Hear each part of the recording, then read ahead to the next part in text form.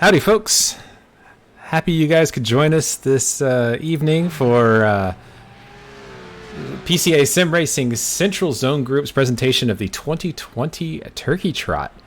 We've got some exciting multi-class racing to present to you this evening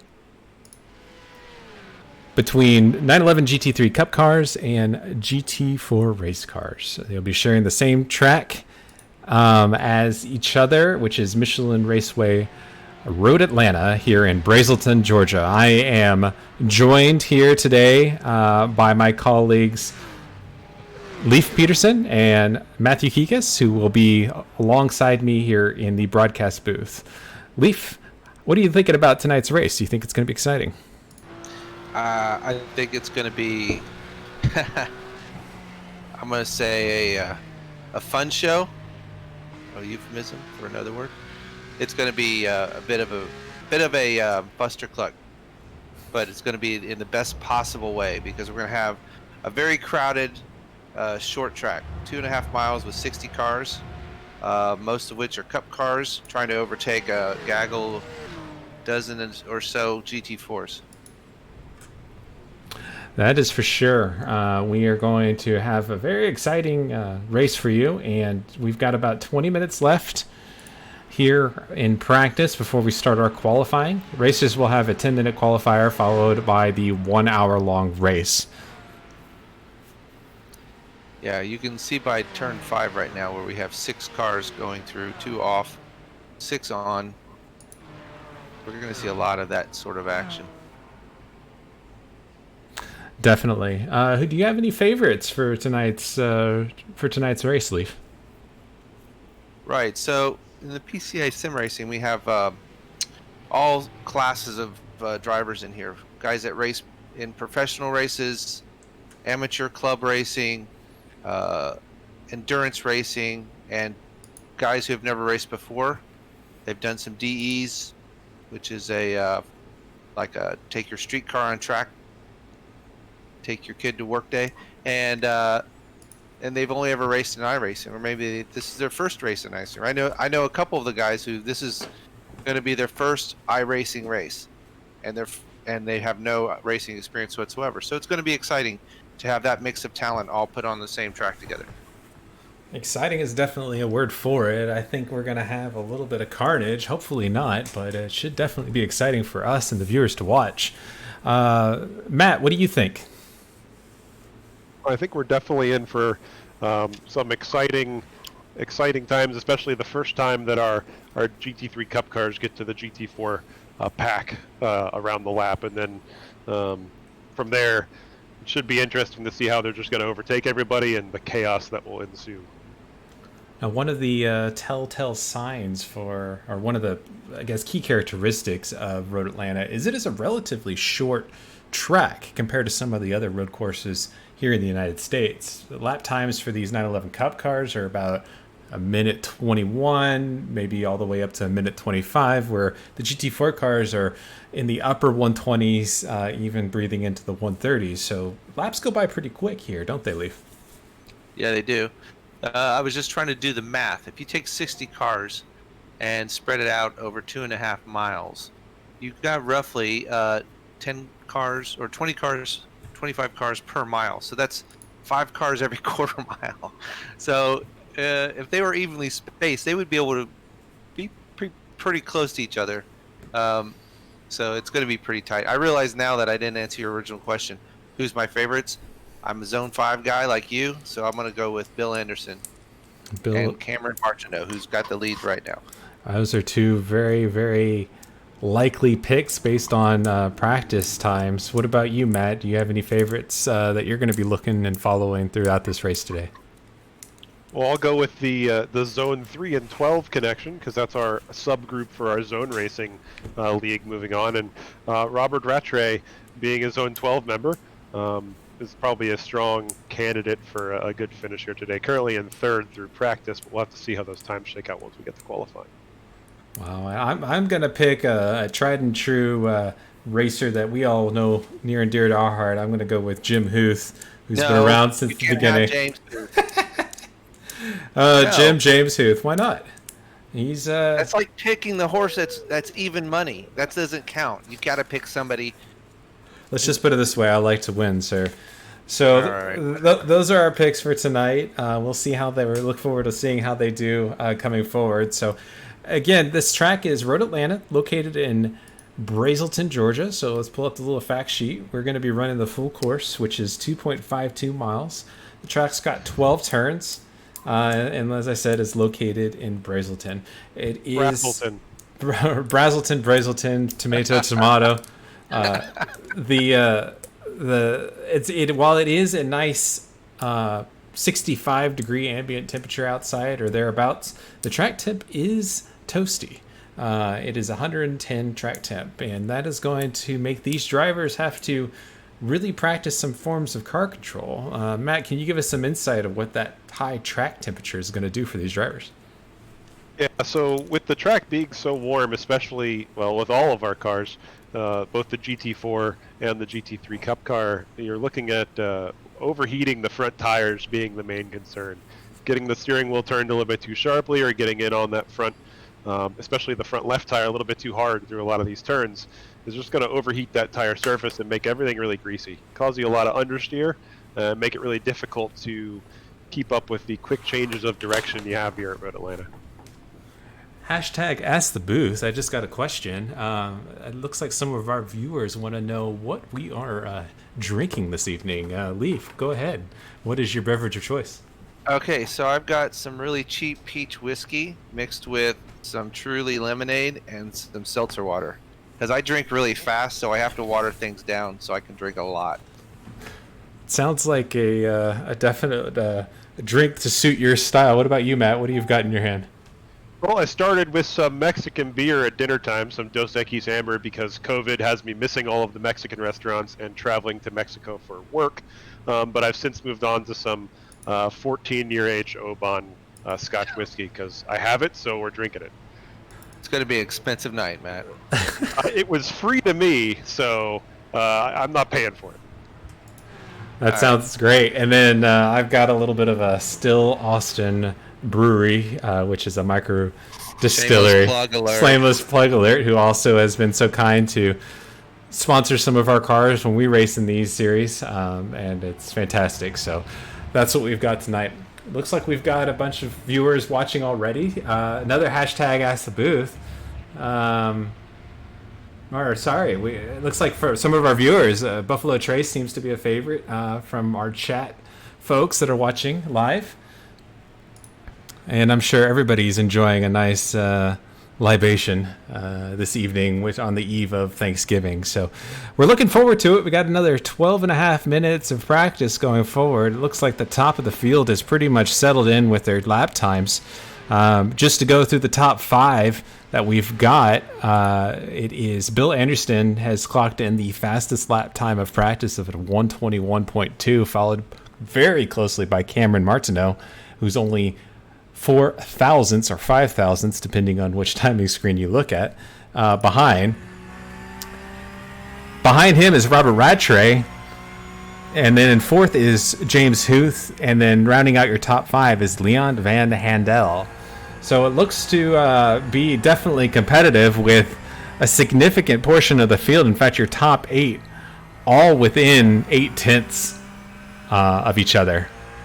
And we'll jump back to the GT4 field as well for our leaders in that class. Rafael Ormin Amarim, is on a 127.4, so that's the fastest time for our GT4 class cars. About 6 seconds a lap slower than what the GT3 Cup cars are running. Followed within a half second by Matthew Sildal, and then Jake Steinbrink in third. Lanray Sarumi in fourth place, and John Crook in the fifth place car in our GT4 Club Sport class. It's looking like it's going to be a competitive race across the entire field. We've got cars that, in the 122s, while they might not be at the bleeding edge of the field, they definitely have competition. They're within a couple tenths of 5 other drivers, which should definitely prove to be exciting throughout. Well, we got a little bit of contact coming through the turn 10A, 10B complex between a couple of Cup cars. Luckily, it's just practice. They can get a quick tow, go back to pit lane. And that's one of the key features of iRacing and virtual racing in general is that if things go wrong, you just hit the reset button, get a quick tow, get a brand new car out of the trailer, and off you go. Yeah, I think that's one of the big key selling points for our PCA sim racing is ultimately, even though there's going to be guys that are really fast at the cutting edge of some of these classes, you'll see close competition throughout the field. With the way that PCA is split up, most of the drivers in our normal national races among 4 classes means you always have somebody to race with at your skill level. So there's always something there for everybody, and you can always have a good race, even if you're not the ultimate fastest guy on iRacing. So, Chris, let's talk about the race configuration tonight. Do we have open, closed qualifying, and do we have any fast repairs tonight? So the race has been set up so that the setups for everybody is a fixed setup. So it's fixed to what's called iRacing's baseline. iRacing builds setups for each one of these cars when they first release them to the service as kind of a beginner-friendly type of setup. Not too much oversteer, not too much understeer, where people can jump in and start turning laps. So all the cars are set up identically to each other. Think of it as spec racing. They all have the same power, same setup, same fuel. They're identical to each other. Like IROC. Exactly, like IROC. And that's both for the the 911 Cup cars and the GT4 Club Sports. Compared to their other cars in their class, the cars are identical. For qualifying, we will have a closed qualifying, which means that drivers will have 3 laps to go try to run their fastest lap, and they will be the only car on track when they do that, and they'll do it simultaneously in their own instances of qualifying. And then finally, in terms of fast repairs and such, we don't have any for this particular race. So drivers are going to have to be careful to stay out of trouble, protect their cars. This is almost like a little mini endurance for these drivers. An hour-long race is on the longer side of a single stint race. And, they're going to have to... Pit stop? They will need a pit stop. The cars are limited on fuel to encourage a pit stop. But they're going to have to treat this as a marathon, not as a sprint. And I think the driver that is going to end up successful and on top of the field is going to be the driver that takes care of his car and is in position to take advantage of any mishaps from his competitors. And therefore you chose James Huth. And therefore I chose James Huth. Yes, exactly. I do have to tell the folks here that are watching with us tonight that we're with PCA Sim Racing royalty, basically. I mean, Leif Peterson here is the outgoing Series 5 champion in the GT4 Club Let me try Sport. to force a burp as you say that. Oh, thanks. And then not only that, but Matthew Kikis placed 3rd in the same series. So 2 out of the top 3 right here in the broadcast booth with us. And you're being modest because had you not spun in Mosport and missed the first race, and had other exciting elements to your season, you were faster than everybody. So you were fighting for the lead in every race. But at the end, it's the person who gathers the most points, and that's what you did, sir. You ran away with it. So congratulations from both of us. Also, the 3 of us race on a little independent endurance racing team. We've done it throughout this past year, and we plan on doing it in 2021. And I don't know about you guys, but I've had an absolute blast doing those endurance races with you guys. It's been a fun journey. It's basically what we're doing right now, just bullshitting for 24 hours and watching other people race and drinking. Exactly. So we've got another hashtag ask the booth from, I believe that's Liam Rositas, who's driving that Hello Kitty entry. Well, Liam, I think we've got an answer for you. He is known for those quite loud liveries, and that would be Dan Rubel, if I can find him. There we go. He's in the pits. He's in the pit lane right now. He's in the pits, but we can see that fantastic Hello Kitty livery. I don't think a 911 Cup car looks so good, personally. It's striking. Yeah, we went through the practice section trying to pick out some of our favorites that we wanted to highlight tonight, and that was definitely one of them. Then we had we'll go through them later through the night. Absolutely. We've got a bunch of cars that have, or drivers that have come out with special paint schemes for tonight's event. And we encourage that, and some have really taken it to heart and really gone all out. So we appreciate that. And there's a lot of creativity being shown. And that's one of the nice things about iRacing is being able to express yourself not only on track with your driving, but also with liveries and paint schemes. Yeah, Mark Harris is driving a classic theme right now, going up into turn 2 on the grass. But he's been seeing a lot of grass, so I think he should maybe switch to like a John Deere or Toro or Lawn Boy livery. I believe there's going to be a lot of grass cut. I don't think the I don't think the grounds crew here at Road Atlanta are going to have to do anything. Speed Racer had the blades that you would flip out and you could chop down trees and things like that. They should put one like on the chin spoiler of the cup cars, so when they go across, they can clip the grass. They can keep the grass shorn. Liam has just notified us that we believe it's Dan's daughter who is the creative genius behind his liveries. So it looks like Dan may not take all the credit. His daughter definitely has to be given some of the credit for his liveries. So I like to see that. Exactly, it's great. Get everybody involved. You can get everybody involved in sim racing and have a little bit more fun. Because if you really want to, you can just change the paint job on your car every time you race. Does his daughter know also that she can change the uniforms, helmets, and pit crew uniforms? She should be involved in that.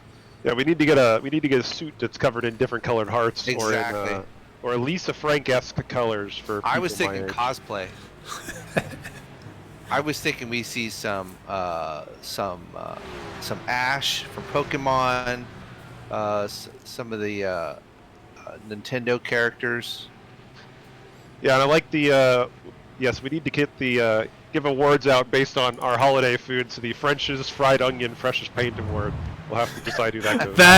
Okay. Keep the comments here on the stream. I was having a conversation with my better half before the race started, and we were trying to figure out what sponsor we should give the paint schemes, and there you go, the French's Fresh Onion Fresh Paint Award. I love it. There we go. I thought we were going with Ocean Spray Cran Fresh or something like that. No, that's the crash of the race.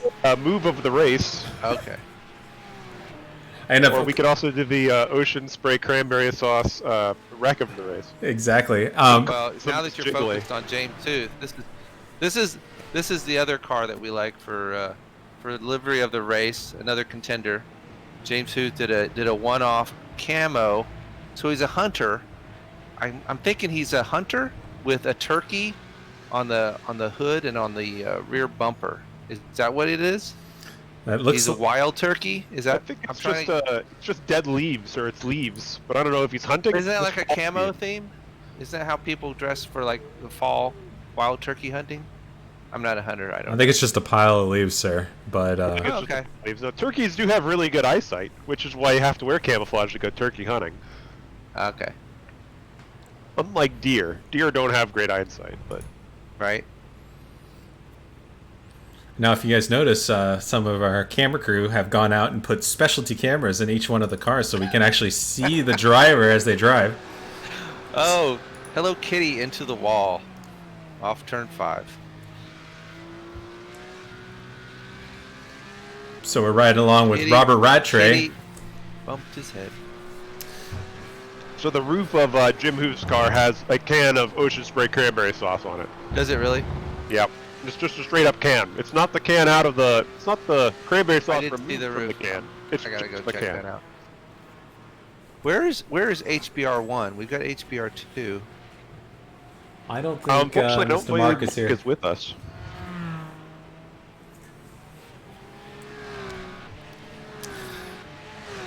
For you folks that are watching with us tonight, be sure to keep asking your questions. We'll try to get to them as best as we can. Let's go ahead and grab someone in for a quick pre-race interview before they start qualifying. Sure. Who would you like? Let's chat with how about Jim Huth? Okay. Since he's in the pits. 1 second. So one thing about Road Atlanta. Mr. Huth. Oh, there we go. Ah, yes. Good morning. Hey, man. We were just commenting on your car. I didn't notice the ocean spray can on the top. That was per our investigation yesterday into tart subjects. So Oh, that's right. yeah, So that's a new mod. yeah, it costs a little more, but it was worth it. You know, the ocean spray is the stuff to get. Yeah, you pay extra for those last minute changes, right? Oh, absolutely. You know, my artist and my crew chief, you know, they cost a lot. So I was trying to figure out why is your theme? Is it camouflage? Is that what the background is? These guys are telling me it's just a pile of leaves, and I don't know the difference. Isn't camouflage supposed to look like a pile of leaves? Technically true on both accounts. It is a picture of a pile of leaves. There we go. Matt wins the award. So, Jim, what are your thoughts going into qualifying here that we're about to start? I don't want to be in front. You know, there's. Well, it worked for you last night. Well, yes, but you know, Robert came around me at that first bit of downhill, and I thought to myself, you know, as long as me, him, and Josh can leave the pack a little bit, I got pace on both of them. I'll just buy my time.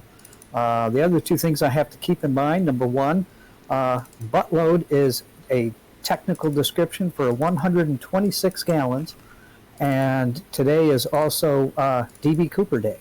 Other than that, I hope to be in the top 5. All right, man, we'll go get DB Cooper Day reference in there. Hey, Matt, I'm sorry I didn't get you on my windshield. It was too late. My artist said no way. Oh, no worries, man. No worries. well, why don't you go start your qual? And looks like your qual session has started. I'll put you back up top. No worries. I'll go jump out there. This is a whole lot of fun, guys. Thank you. Thanks a luck, bunch, Jim. Jim. Thank You're my pick. Uh-oh. No pressure. So here we are riding along with Robert Rose. Let's go ahead and let him take us for a quick lap of Road Atlanta. I think I put James in the wrong channel. Hold on. I did. I put him in zone. Hang on. So Okay. Robert is headed down the back straight, coming into turn 10A, 10B complex in order to start his lap. How are you seeing qualifying? I didn't know you could do that. I've got secrets, sir. All right. Coming out I of can see qualifying. Coming out of 10B, going onto the Suzuki Bridge down into turn 12, he will begin his first flying lap here at Road Atlanta.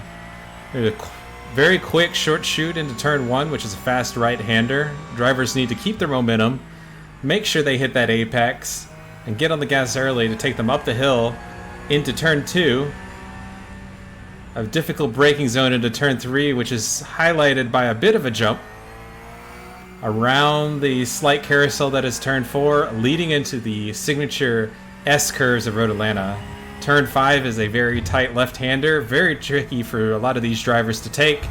The fast line will go up and over the curve onto the access road, exactly as Robert Rose showed us, and coming into a quick sweeping right-hander banked turn 6. A short shoot into turn 7 leads to the slowest corner on the course, which is very important because it leads onto the fastest straightaway. The back straight at Road Atlanta does have a little turn in it, which is a little bit of a kink, but in these cars, it is no problem for them to handle at full speed. After the straightaway, we come back into the turn 10A, 10B complex, where drivers have to decelerate from their fastest speed down to some of the slowest speeds on track.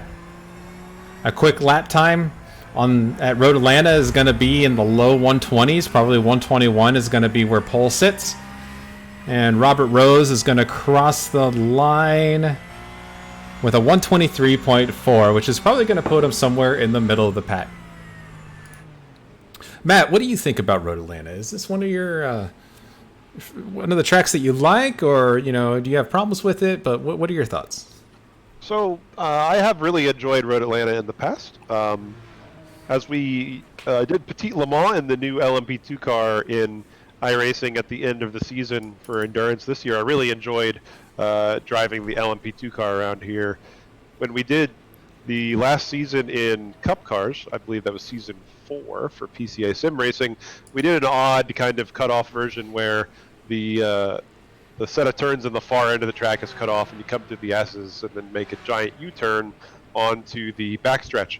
That was probably not the most enjoyable, but still a really interesting race in the Cup cars, because Road Atlanta tends to produce great racing. It's not a very big track. It means that you could stay close to people, and I've always had fairly decent experiences here once I kind of figured out some of the ins and outs. I do remember one of the very first races I did in a big field at Road Atlanta was actually in the Corvette GT1 car in iRacing, which has very limited or no traction control. It doesn't have ABS. You have to blip the downshifts. And I was racing in the strength of field races against the best guys on iRacing that wanted to be in the GT1 cars at that time. And I was still pretty new to road racing. And it was definitely a trial by fire, but it's given me a great appreciation for this track. Yeah, Road Atlanta is one of the classic tracks here in the United States. I mean, it's up there with a track that I know is near and dear to your heart, Matt, VIR. But this is, a staple on the IMSA calendar with Petit Le Mans every year. It's just, as you said it, a track that yields great racing. Not particularly long, but technical at the same time. And I know I echo your sentiment where you said about or sentiment where you said that this is just a track that you always have good experiences on, and it's the same for me. I really enjoy racing here, no matter what the car is. Speaking of cars, Leaf, what are your thoughts between the GT3 car and the GT4 car? Advantages, disadvantages. Which one do you like more? I guess we lost Leaf there. What about you, Matt? What do you think between the two cars, the GT4 and the GT3 car? I actually really like both. I tend to be a fan of the cars that are a little bit slower than the RSR, so both the Cup car and the GT4 car. I like them both for different reasons. The Cup car feels a lot, with the extra power and the way the chassis is in iRacing, is a lot more alive feeling. The GT4 car is really a practice in preserving your momentum, which teaches you to think very critically about your lines and try to bleed off the minimum amount of speed possible.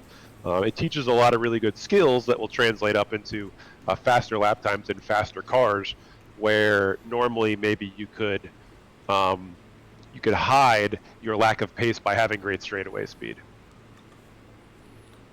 Yeah, definitely. I agree with you on both those accounts. Let's go ahead and grab another driver in here that has finished qualifying. I think Charlie Yao is done, but I just want to make sure in case we interrupt him while he's driving. But yes, it looks like he's not on track. So I'm going to go ahead and grab Charlie Yao.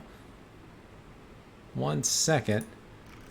So Charlie Yao has been here with us basically since the beginning that PCA Sim Racing has started. Hi, Charlie. How you doing? Are you excited about tonight's race? Absolutely. How's it going? Pretty good, pretty good. We're looking forward to seeing you do battle with, my goodness, an entire field. You're not going to only have to deal with 911 Cup cars, but also a decent amount, something like 16 GT4 cars. What are your thoughts and what are your plans going into today's race? As always, just keep it calm and relax and look for the opportunities slowly and don't force anything. And that usually pays dividends from the beginning.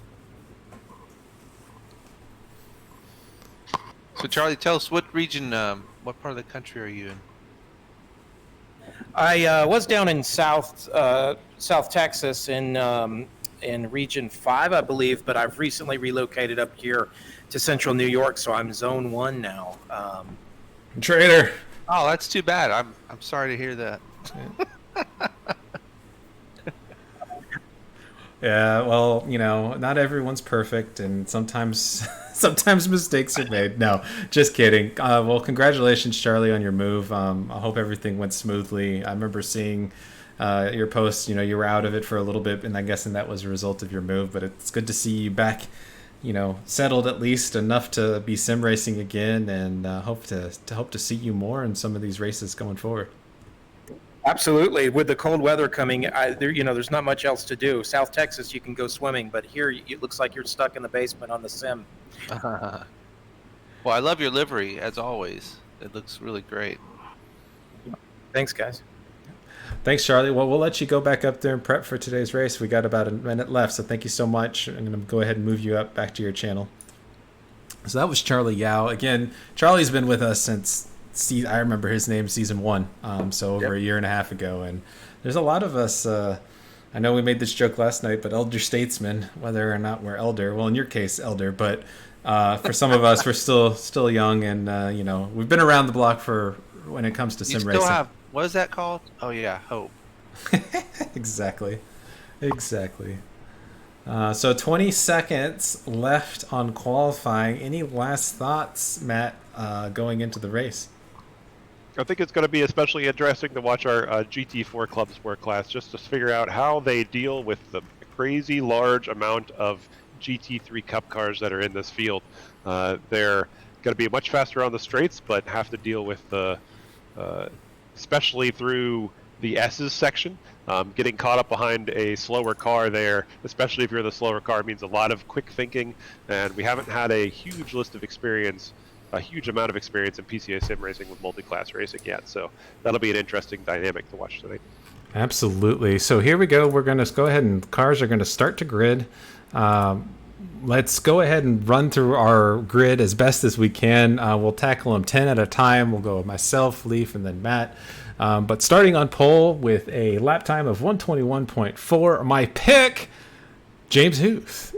He is followed by Joshua Vieira in second, Leon Van Apparently Handel. all Australia. Hey, is your favorite ice cream chocolate by chance? I don't understand that reference. So Leon Van Handel is in P3, who is alongside Cameron Martineau in P4. Robert Rattray is in P5, followed in P6 by Jordan Dyer. Joseph Stiffel is in P7, alongside Michael Tennis in P8. Ian Simon will be starting in 9th, and Felipe Oberti rounds out your top 10. In 11th position, we have Stephen Chin, followed next to Ed Estendren, Carlos Lopez, Bill Anderson was on the 7th row, sorry. Klaus Nielsen is 15th, next to Charles Zhao. Behind them is Bob Moore and Kevin Douglas. And finally, we have in the 10th row, Paul Solk and Robert Rose. George Markadakis starts in 21st position with Gary Reese, followed by Mark Harris and Brian Granger on row 12. Curtis Krummel and Daniel Rubel in the Hello Kitty car we mentioned earlier on the next row, followed by Michael Patterson and Thomas Doherty. Aaron Ambrosino and Jeff Smith round out row 15 of our starting grid. Kent Tubman is going to be starting 31st alongside Bruce Robinson. Julian Velez will be in 33rd, right next to Carl Boccieri. Mario Gonzalez and Chip Witt will be in 35th and 36th. Randall Ayers and Raphael will be row 19, 37, and 38. Matthew Siddall and Darwin Adjena round out your top 40.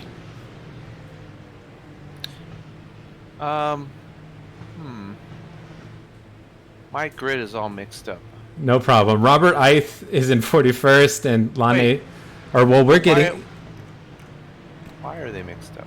Sorry. So our classes are split by qualifying time, but we have a number of drivers around the 40th starting position on the grid that didn't actually qualify for the race that are. I had them sorted by qualifying. Sorry, guys. So starting in 40th on the road will be Paul Nemtsov, followed by James Patak, Chris Braun, Gabriel Albrano, Jean-Paul Lano, Ken Estridge, and Dan Fishkind in 46 will round out the GT3 Cup class. Rafael Amorim in 47th on the grid, but first in our GT4 class will be the pole position in the slower class of cars. After that, there's Matthew Siddall in second in the GT4 class. Lanray Sarumi, Jake Steinbrink is P4. John Crook and Ryan McGee are the next row in GT4, followed by Oregon Gurlaup, Chris Pippin, Kim Frick, David Palmer, Jeff Rosenthal, Greg Palmer, Robert Benson, Stephen Kempt, Michael Bergon, and Jack Stevenson rounds out our field in the 62nd position. That's 62 cars registered for our race tonight, and the GT4, he's the final GT4, but the 62nd car on track. Thanks, Matt. Appreciate for the assist on getting that grid called out. Our field is coming through 10A and 10B, about to take the green flag of the PCA Sim Racing Central Zone Group Turkey Trot.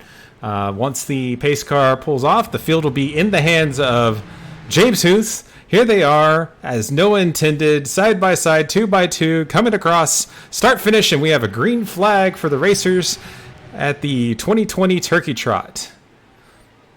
Everybody seems to have gotten away pretty cleanly. We look like we may be going 3 wide. No, they tuck in. Peeked on the inside on turn 1. Absolutely, and it looks like Joshua Vieira takes the lead through turn 1. Our GT4 class got a much cleaner start by having a nice gap out to the GT3 cars.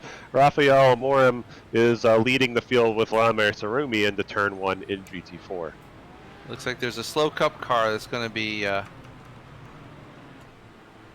Doherty James joining a the little field wide in turn 3. Start, so we'll see how that goes here too. Oh, turn 5. I think that was Markadakis. So the entire field is nose to tail right now, trying to sort them each other out. And, in the beginning parts of these races, Leaf, what are drivers trying to do? I mean, it looks a little bit hectic out there. I know it's hectic for us looking at the timing screen. Drivers are looking for cheap positions if they're ambitious, or they're looking to just get their tires warm and buy their time. If they're okay, we got a car off of turn A, went straight on. They're trying to maintain their position without losing positions and waiting for their tires to warm up before they attack, if they're smart. That was Jordan Dyer off in turn 10A, and we have another car off. That's Curtis Crummell in the pit lane entrance. I'm trying to keep track of all these cars. Oh, we have Impact going into 3. That's unfortunately... turn 3. That was... Ed got... Ed Estringen. Oh, no, and Dan Rubel behind him just ended up getting spun around as well, unfortunately, for Dan in the Hello Kitty car.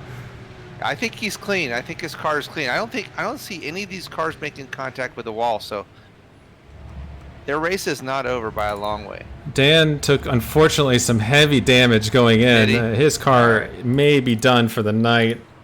Is the unfortunate. Kitty out of the litter?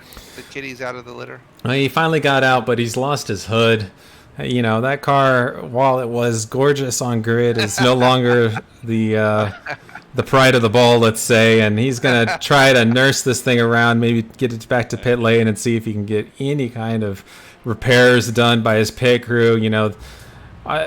We've seen them, we've heard them. His crew chief cannot be happy right now. I don't know if it was his particular, if he caused the issue or what. Let's see if we can get a replay if I'm fancy enough. All right, I'm going to keep talking about the leaders. We got Josh Vieira, James Huth, Cameron Martineau, and Leon Von Handel pretty much nose to tail as the top 4.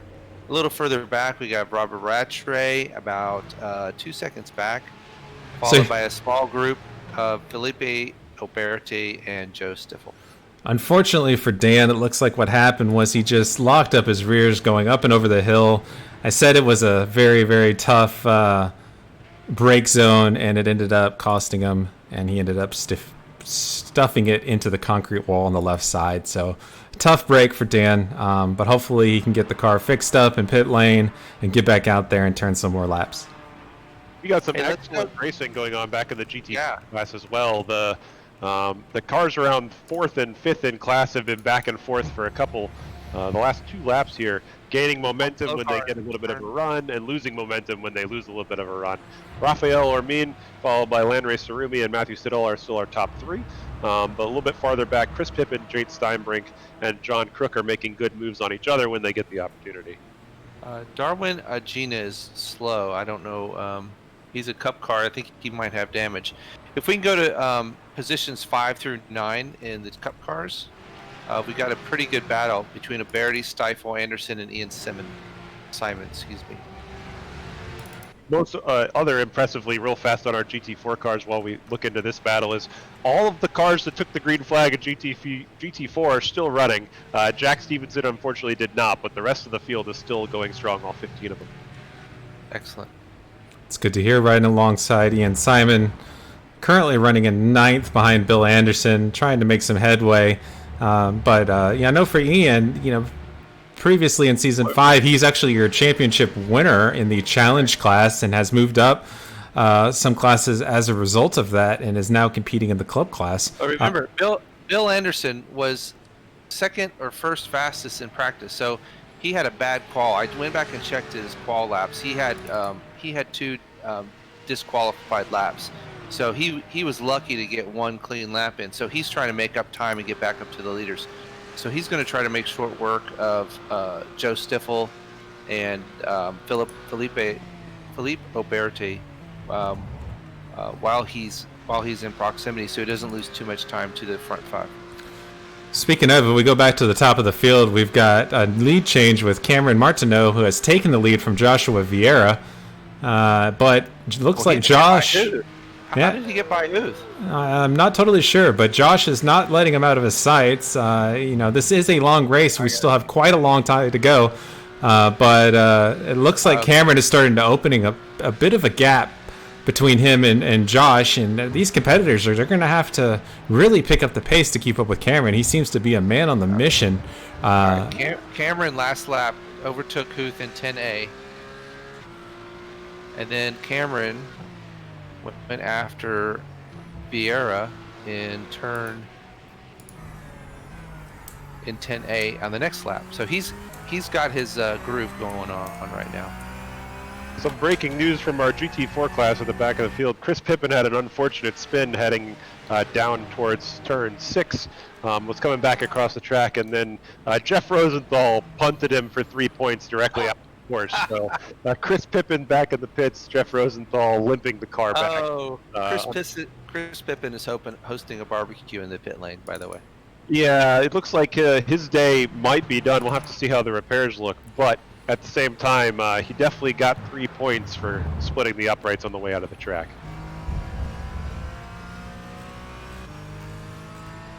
That's broken up the midfield battle with the GT4 class just a bit, but Raphael keeps catching up to the tail end of our GT3 class, Robert Isle, and that's causing him a little bit of problems, allowing Matthew Siddle to catch up to him and stick with him here. Yeah, it's definitely good racing in the top of the GT4 field, but we always know this. The GT4 class cars tend to provide really good entertainment. None of the cars tend to run away from each other. They're susceptible to a little bit of a draft where the second car gets a nice advantage going down the long straightaway here at Road Atlanta, and they can usually bridge any gap that may have been lost in the first half of the track. So I'm sure Matthew Siddall here... Turn seven. It's bad. I don't have the ability to just go to the turn. I need a name. Sorry. It's all right. We just had 5 cars trying to go through turn 7 at the same time. It was pretty exciting. Hey, so an update. Anderson has gotten by Stifel, so he's on his way to catching up to the top 5. He's making his way through the GT4s. If you go to Anderson, you can see what I'm talking about of traffic, because they're catching the GT4s now, by the way. So here's Bill Anderson coming through turn 12, back onto the front straight. Oh, look at that camera work. Yeah, look at this. So he's coming up to the tail end of the GT4, so he's going to be super fast, and these guys are going to be relatively slow. So he's got to make his way through less experienced drivers and slower cars without running into the back of them. So here's an interesting thing we've got here. We've got Joe Stifel right behind Bill Anderson, both coming up the traffic. If you're Joe, what are you thinking here? I mean, are you trying to figure out a way to make a move on him? Oh no, speaking of the commentator's curse, Joe has spun it coming out of 3. I think some of that GT4 traffic got in the way, but it definitely affected Joe. He spun it, but he's back underway. It looks like his car is relatively unscathed, and he'll be able to rejoin with only a bit of a red face, so to speak. No, he's got a little bit of damage up front.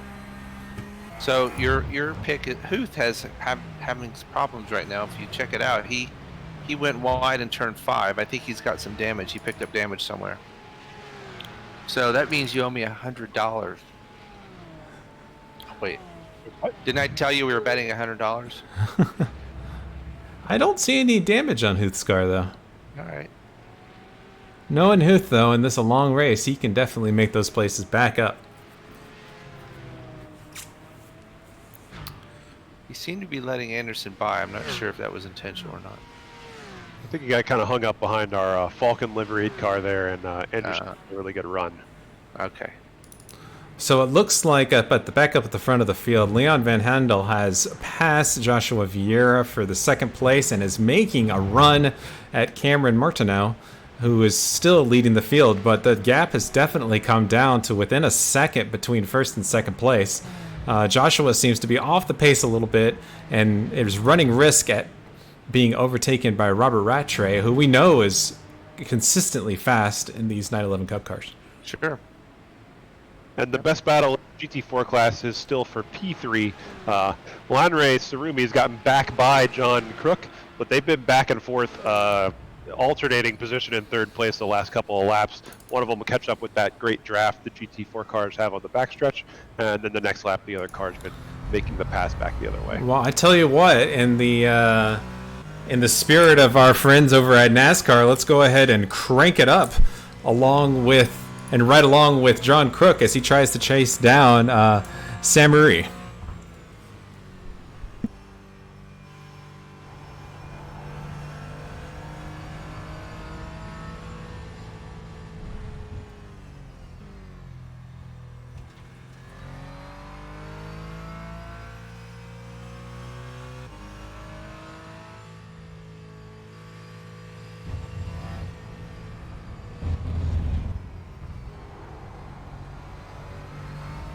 Uh-oh. Suri's tightening up.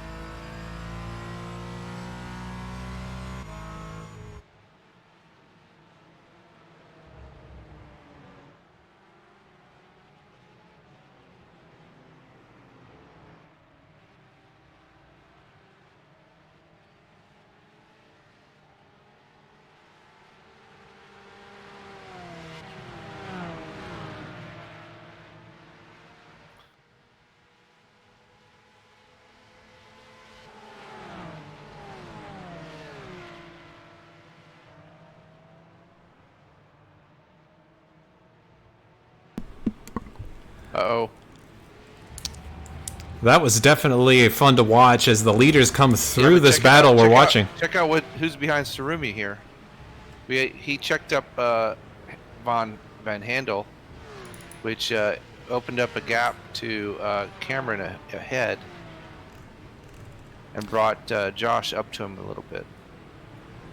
Traffic's broken apart the GT4 battle as well. John Crook kind of letting some of these guys through, get a little bit out into the grass down the front stretch, has put that gap up a little bit bigger between him and Lanre. Yeah.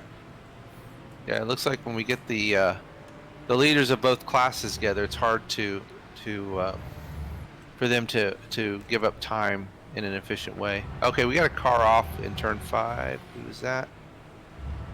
That's Markadakis. It looks like we have a pretty good fight for P11, 12, and 13 in the GT3 Cup class between 13, 14, 15? Yes, sir. That's Paul Solk, Brian Granger, and Klaus Nielsen.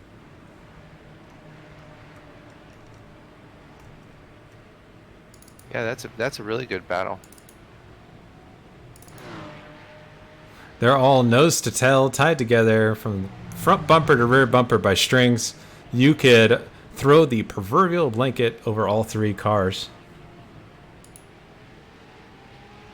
And again, So- it just tends to do this. It tends to bunch people up. If you make a little mistake, or if you get a little bit caught up in traffic, all of a sudden the guys behind you will catch up, and then you're all right there together. With this long straight in the drafting, it just makes for good racing. Yeah, yeah. You don't have to overdrive to catch back up to somebody because the traffic's going to ebb and flow. Just be patient. They're going to run into traffic, and you can get back on their tail and catch their drive. So these cars right now, in P14 and 15, they don't necessarily need to overtake. They just need to stay close enough to this car in 13, Paul Solk, to if he makes a mistake or if he catches traffic, they can take advantage of it.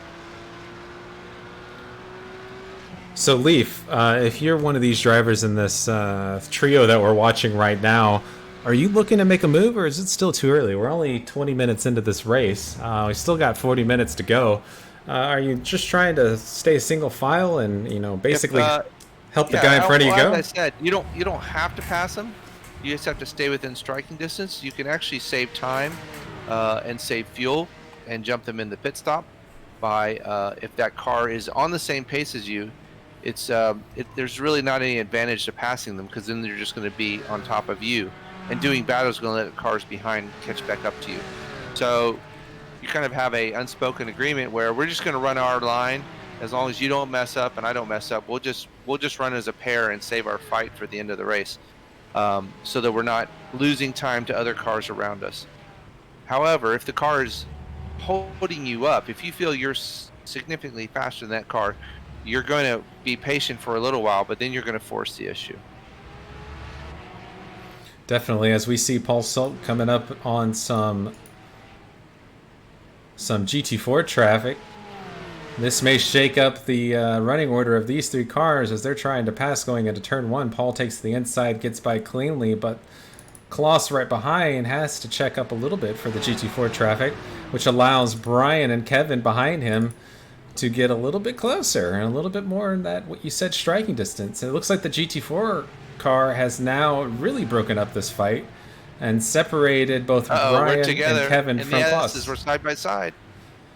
And here they go, side by side through the S's. I've been waiting to say that. GT4 and Cup car. Okay. The GT4's got to stay white. Yeah. Our friend, the 810 car here, yeah, who is Kevin Douglas, also has the turkey paint job going on. Oh, look at that. It is. More importantly, there's the sign on the side of the car which has turkeys on both the driver and the passenger door. He's got a cooked turkey in the back, too. Uh-oh, car off in turn 7.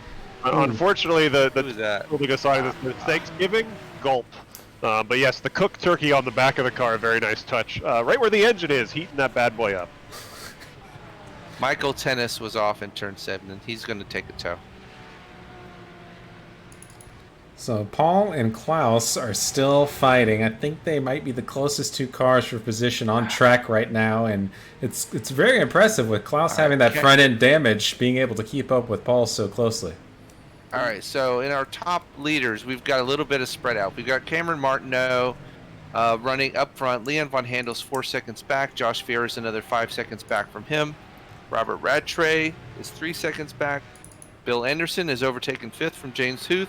He's another 4 seconds back.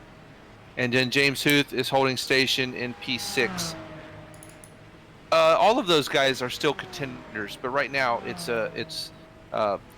there's traffic to contend with. They may be playing different pit strategies, but those guys are all potential winners and podium takers of this race. Back in the GT4 class, Rafael Morim is still in the lead, followed by Matthew Siddle. Lanre Sarumi has kind of solidified his third place with the traffic moving through the field, and John Crook has fallen back with Jake Steinbrink. They're all relatively close together here, as there's still some cup traffic moving through the GT4 field right now. It looks like Jake Steinbrink and Ryan McGee are starting to get a little closer together. We've got less than a second separating the two, and that is for P5 in the GT4 Club Sport class. So, something to keep in mind, or keep an eye on. Just in front of them, you've got traffic coming into turn 1. You've got traffic on every corner of this track. I did the math. There's a car for every 200 feet of track. So there basically is always going to be somebody there, especially Here's- when you have two different classes of car. Yeah, we got 62 cars over 2.5 miles. That's a car every 212 feet. Yeah, the GT3 cars are kind of breaking up, but also piling the Cup car or the GT4 Club Sport battle back together again. So sometimes that traffic you're going to win a little bit on the car in front of you. Sometimes you're going to lose a little bit from that car in front of you.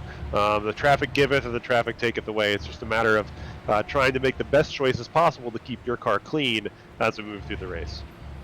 So we're gonna go to 171. When we talk about liveries, where is that car number? 777. No, 171. Do you have a Sorry, name? Chip Witt. Yeah, I got him. Chip Witt. Chip Witt. Do you know what place he's in right now? He's in 25th position. He's going through turn 7. I just want to highlight. There he is. I want to highlight his helmet that we've got. So if I could hop into the car, got a nice big smiley face. Almost looks like a. What? Oh, I love it. Almost looks like a Lego man. Lego. And he's got a full suit on with a tie. This is that might be competing for the French's freshest paint suit. You gotta love. Well, wait, he's got a tie. Yeah, he's got a tie on his. He is dressed and all business for this race. I love it. We have hashtag Ask the Booth. When are the leaders going to pit? Do we have any insight to the kind of pit strategies that we may be looking at? Matt. What is? Absolutely no clue how much fuel are in the setups for this race, so I have no idea when they're going to pit. All right. Yeah, we need to know the fuel. If it was, do you know what the fuel percentage It was 65%. Okay, so I think these cars. I think the GT3 Cup cars can go about 40-45 minutes. the GT4s are fine. They're GT4s are at 40 or 45% fuel. oh, okay, different percentage. Okay, so their pit window's coming up. It's going to be about halfway. Yeah, I think that means their GT4 cars are going to be roughly around 40 minutes before they need to pit, which would be another 20-ish minutes before their pit stops. I don't know for the Cup cars. You're going to have to do that one. So if we can go back and do a little bit of reflecting on some of the races that we've done, the three of us, you know, as I mentioned Have we before, done racing together? I don't remember. Believe it or not, we have. I've spent a lot of my life with you Oh, two, yeah. and this past year. I forgot to drive the car. I guess I blacked that out.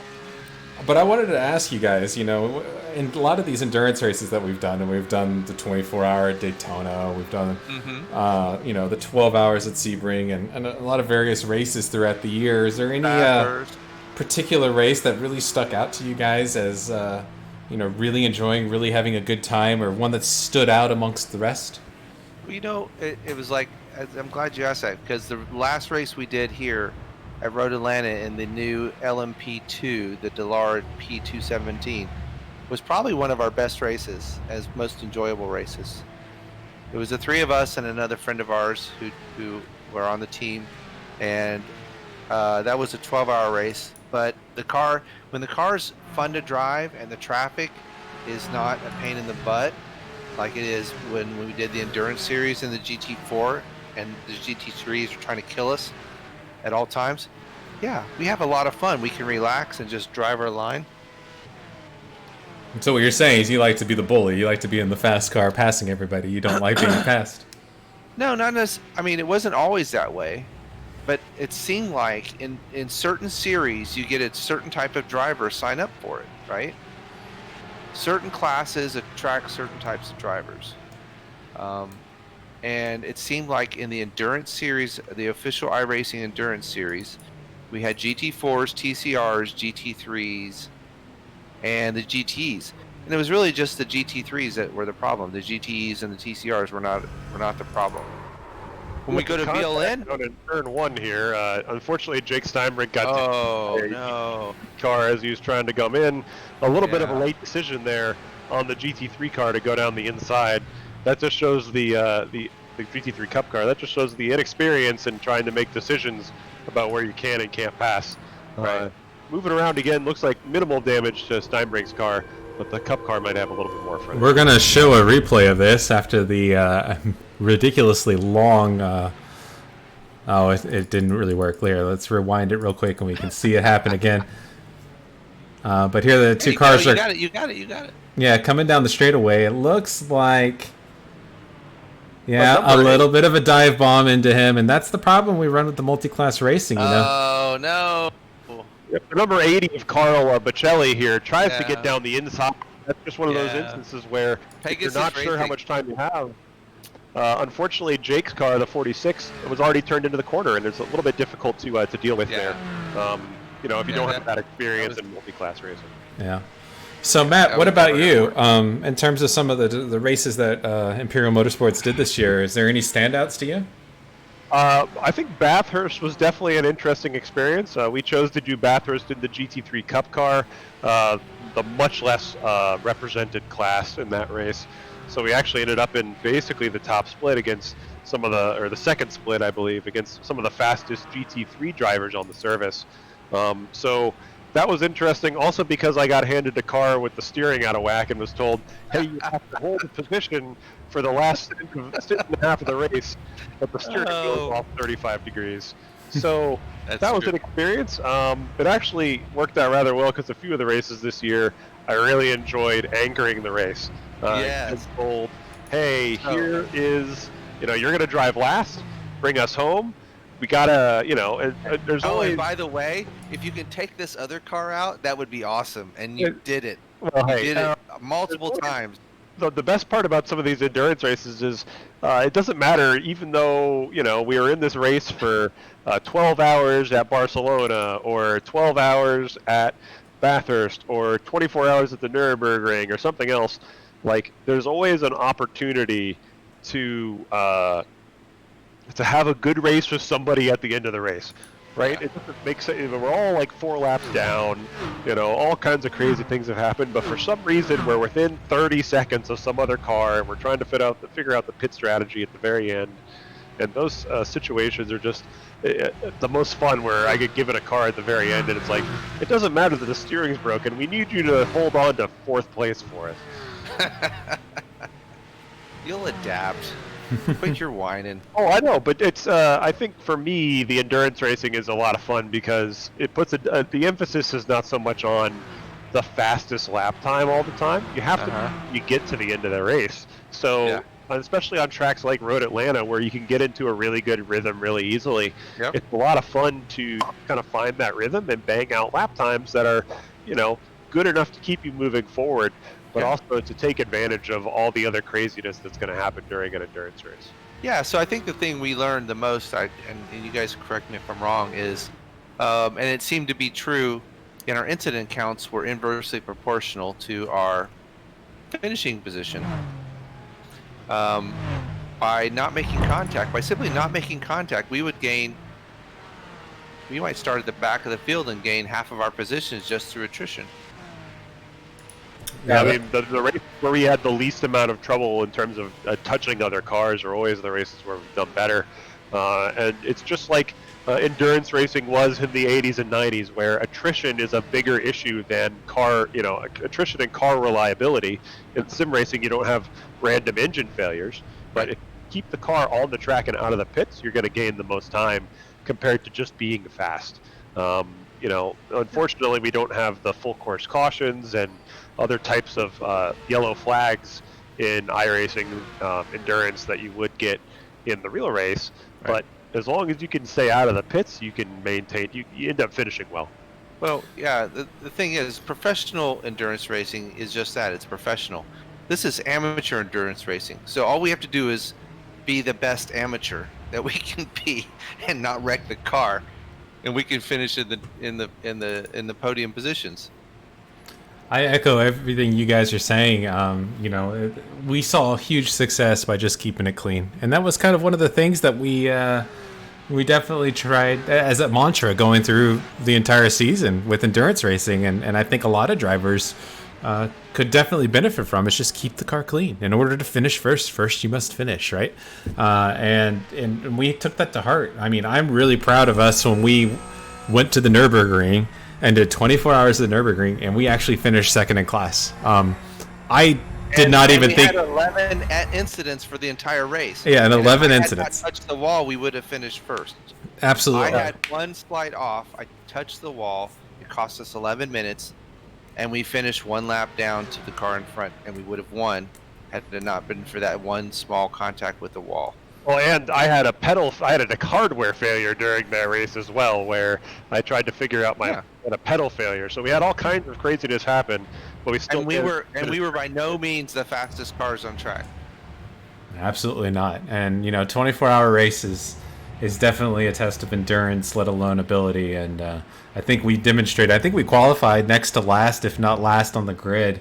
And we ended up second in class, and that was just because we kept it cleaner than the rest of them. Off track. Vieira is off track. Oh yeah, he is off. He's do not even. 10B. Oh, his car is all kinds of messed up. His right rear. I'm You know what? To look at it.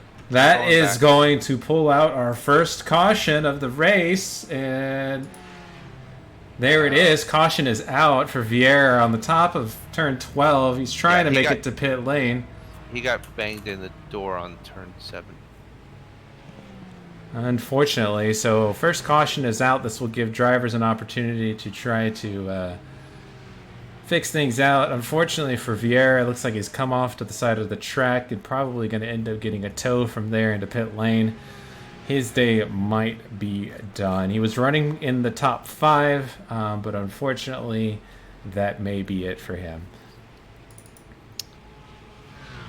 All right, so not really hashtag ask the booth, but yes, be on the lookout for a two-man endurance race, possibly at Spa in December for some PCA sim racing promoted action, similar to this Turkey Trot race tonight. So we might be able to get everybody's feet wet and begin learning about endurance racing in iRacing as well. Yes, I'm glad you mentioned that, Matt. Are these guys slowing down for the yellow? It's for the caution. The pace car has picked up the leader of the field. Slowing down.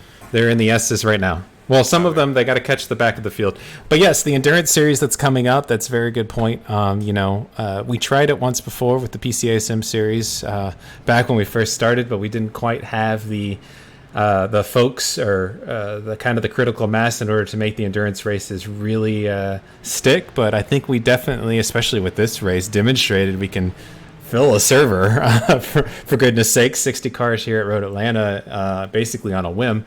I think we have a chance to really do some real good endurance racing coming up in early 2021. So be on the lookout if you're a fan of PCA sim racing or sim racing in general for the sim racing endurance series coming up. So since we have a full course caution, let's go ahead and get some driver interviews. So if you'd be so kind. Yeah. Why don't you grab Robert Rattray and bring him on down here? Let's see how his race is going. Hold on 1 second. He's running P3. Yes, sir. Hey, Robert, how you doing, man? Mr. Peterson. Hi. You're here with Chris Pies and Matthew Kikas and myself. We're just wondering how your race is going. It looks like it's going pretty well. I know you, Matt, and I know Leaf. Who's this Chris guy? I don't know. He's the guy that throws the yellow flags at random. You know how fanboy. You ever heard of fanboys? You ever heard the term fanboy? Yes. That's what it is. All right. Oh, you guys are my fanboys? Is that what you're saying? Yeah. Some squirrely moments, some easy moments, some poor old Josh got nailed. Yeah, Josh got tagged in turn 7, yeah. That's actually what brought out the caution flag. He was having some trouble coming out of 10B and trying to get it to pit lane, and I think the steward saw that stricken car on the outside of the track trying to crawl back to pit lane and deemed it was a safety hazard. But you're currently running in the top 3. Are you? Do you have anything for our race leaders? Cameron up front and Leon. You think you can bring it to them in the latter half of this race? I think if I can put some stress. Oh, hold on. Can you hear this? Yeah. Okay. So basically, if I put pressure on Leon, I think he'll fold. Cameron, not so much. Well, but I have to get there. Can you give us What some do you insight to your pit strategy? Are you going to pit under this caution? Or are you going to run it dry and then pit under green? What are you thinking? I'm probably going to come around here now since everybody went in, and I'll go end the line. I should have pitted there, but I was talking to somebody on the radio and completely missed it. Yeah, it looks like we've had a number of our drivers towards the front of the field go ahead and take this opportunity to get that pit stop done. They did. Yep. Hopefully so- it'll go flat. Yeah, Leon. Oh boy, who's that? All right. Ryan McGee's off. So yeah, so your top 5 have all gone into the pit. So you and James are the only ones that haven't been pitted yet. So you guys need to take your pit. I think so. I'm just not sure what the green car, am I right, is doing here. Is he going around or not? I told everybody to follow the instructions on their screen. So, and there was just a wreck behind. What is going on? I've got don't know. to get behind this car. Follow your I gotta get instructions. behind 443. Just Yeah, follow your the instructions. Get your pit. Get your fuel. We want to see a good race to the end, That's man. It says 1 to green. Is that reality or are you extending? I can throw one more extension for you. Let's see here. All right. All right. I think Hit I the can. pit, buddy. Maybe not. I'm not totally sure. You may have 1 to green. Oh, well, it's too late. It's too late. All There right. goes my race. All right. We'll put you Sorry. back up. Sorry about that. We're racing again in the green flag here in the Turkey Trot, the PCA Sim Racing unofficial sponsored race heading into our Thanksgiving holiday week. Looks like James Huth, after the whole yellow flag situation, My pick. the leader in our GT3 class, and Rafael Amorim still holding the lead in the GT4 class. I don't think James pitted, man. It's all right. James and Robert Stone is the leader. Looks like the first car that pitted is probably Cameron Martineau, who's currently P5 in class.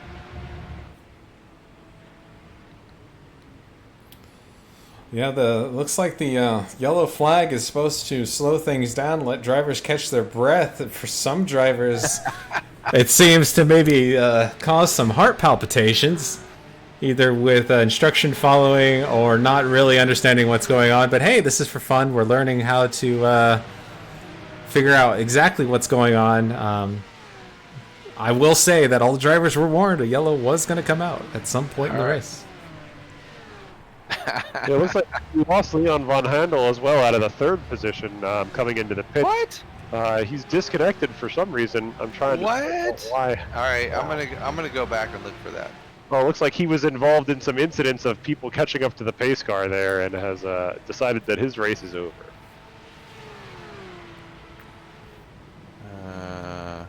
But as we discussed before, Leaf and Matt, endurance racing, and this is almost like a mini endurance racing, as we were saying at the beginning of the session. Endurance racing does not go always to plan. You have to roll with the punches, take your advantages where you get them, and minimize the problems that come up. And it's the driver that is able to minimize his mistakes that tends to be successful in these races, wouldn't you say? Yeah, we had some issues here. If you go back to 10A on lap 24. I need a driver name, sir. All right, go to Charles Yao, lap 24. In the 10A. meantime, James Patak and Cameron Martineau have an excellent battle here for P2 as we head down the backstretch as Chris tries to find the replay. That's fine. I'm going to stick with the battle. Yeah, Leon came zooming in. Somebody took out Charlie Yao too. I think Cameron gains that 2nd position back over James, diving into 10A and then through 10B on the brakes. So Cameron's making his move through the field, and obviously pitting under the yellow flag lost him some spots with the safety car out, but he seems to be the man with the plan and is really driving his way up to the front. His next driver up ahead is James Huth, that we do not necessarily know if Mr. Huth has taken his pit stop or not. I don't know if I can. He has not. No. You don't got a fancy overlay for that? It's a NASCAR Yeah. overlay, so it's the race off pit road. So We had a huge mix-up going into 10A, where a lot of the cars that were lapped down came flying in and started colliding with cars that were basically stopped. James Huth in the NASCAR Charlie- 12 car. Leon hit somebody, then someone hit Leon, and someone hit Charlie, and so on and so forth.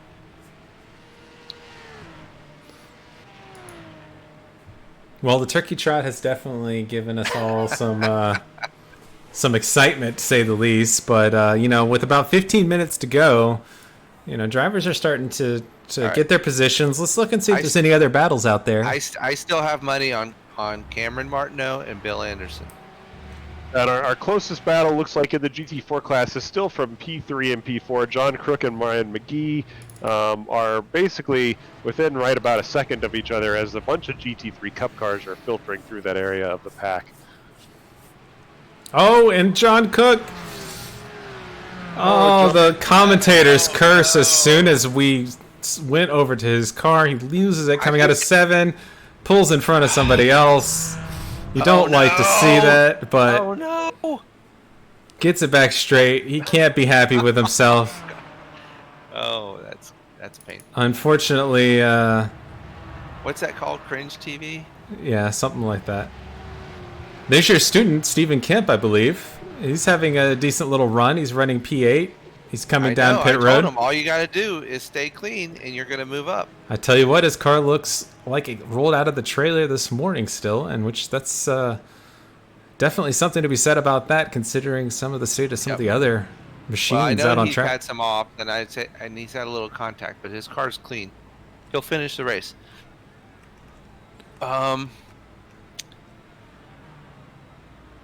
Let's see. Yellow flag just did a number on our field. Currently in the GT4 class, Raphael is currently lapping Lanray, who's in P3. So only 2 cars on the lead lap in GT4 class at the moment.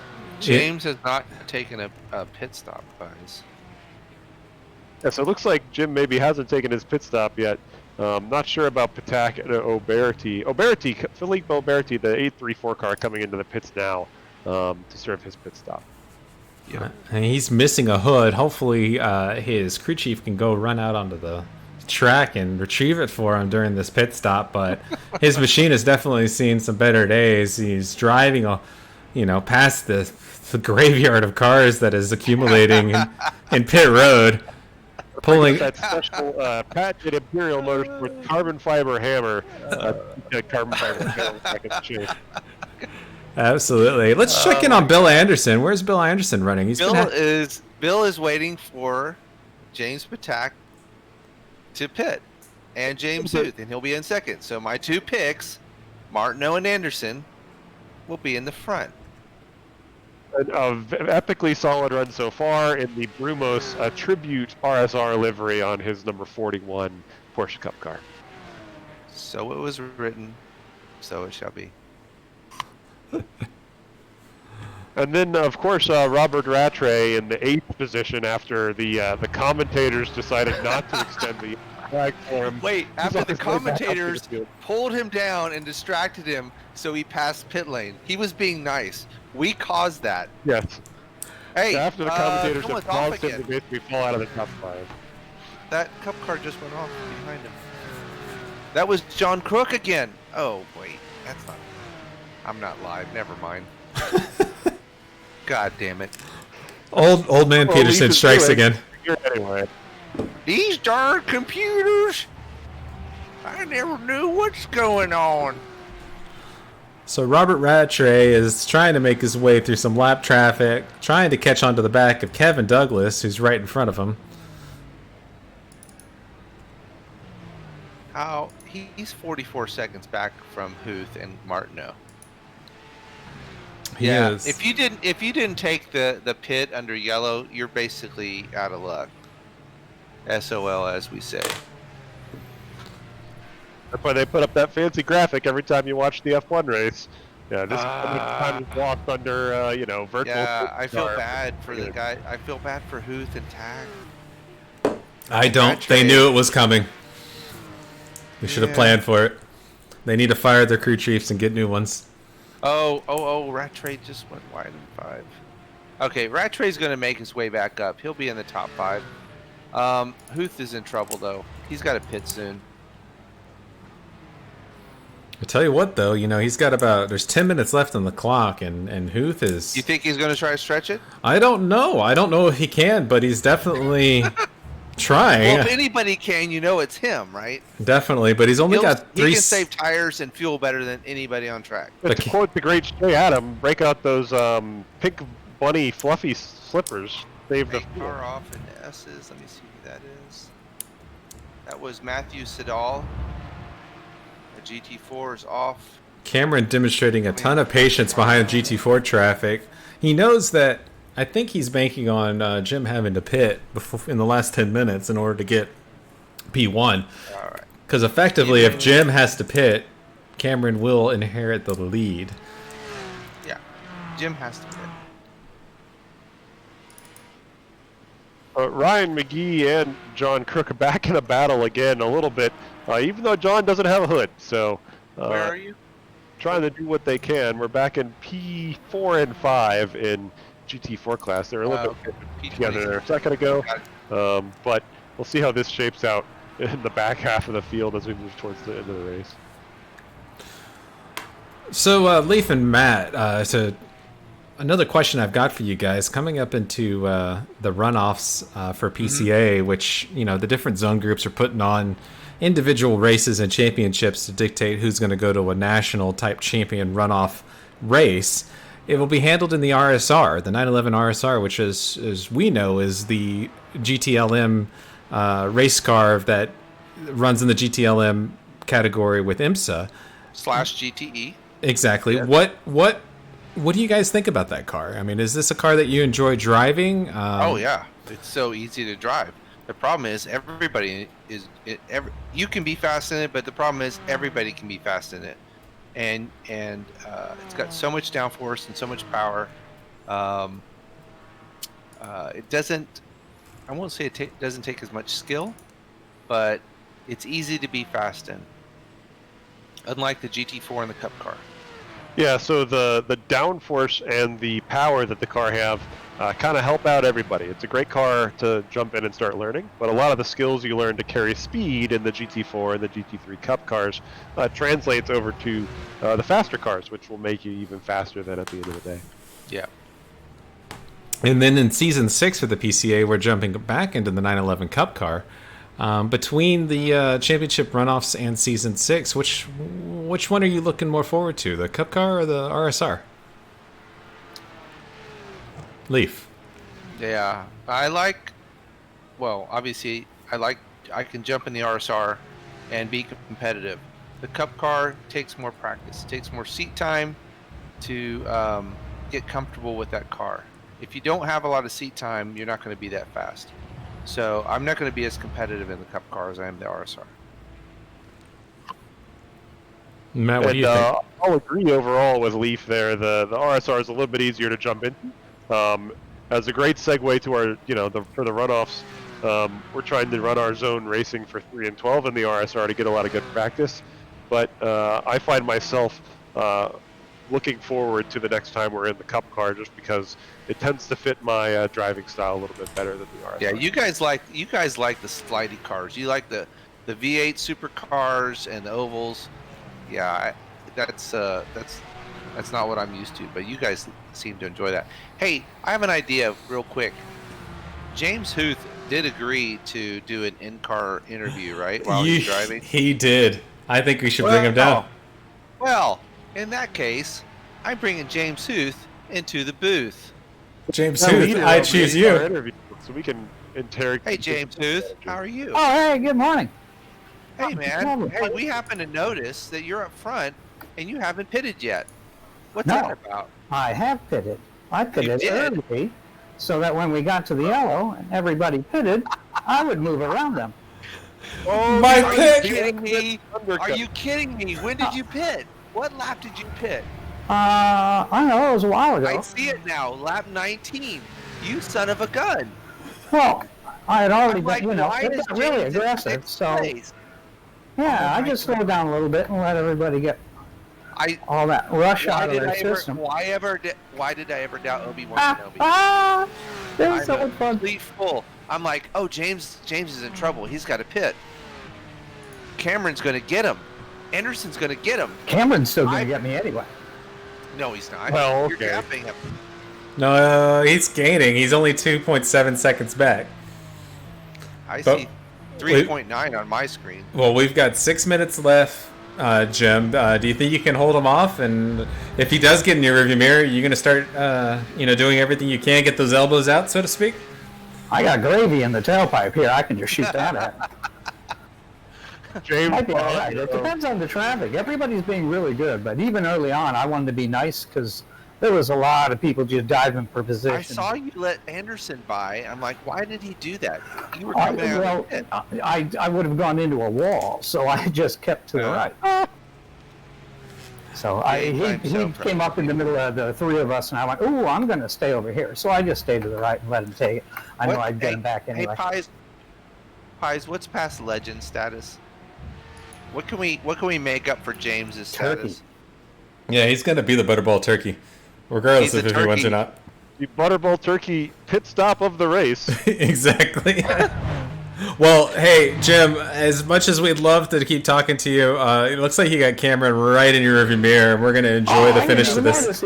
Oh, Joey, look at him there. He's right there. Oh, boy. All right, we'll let you get back to it. Thanks for coming down and chatting with us. Thanks, Thanks, James. guys. So much fun. Did you put him back? Yes, I put him back.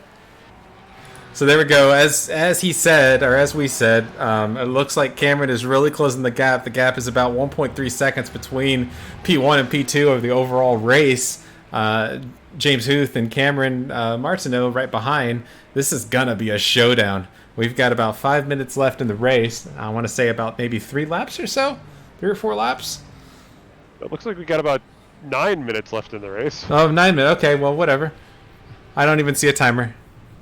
I do. It says elapsed time 55 minutes. 55:38. We have 4 minutes and 20 seconds. No, see? Okay. And we have Cameron Martineau in second, Bill Anderson in third, Jordan Dyer in fourth, not far off the leaders. James Patak in fifth, some 23 seconds back. And Kevin Douglas in sixth, with a close Robert Rattray behind. Looks like Cameron got held up a little bit by lap traffic. Wait, who was that? Someone was along the wall.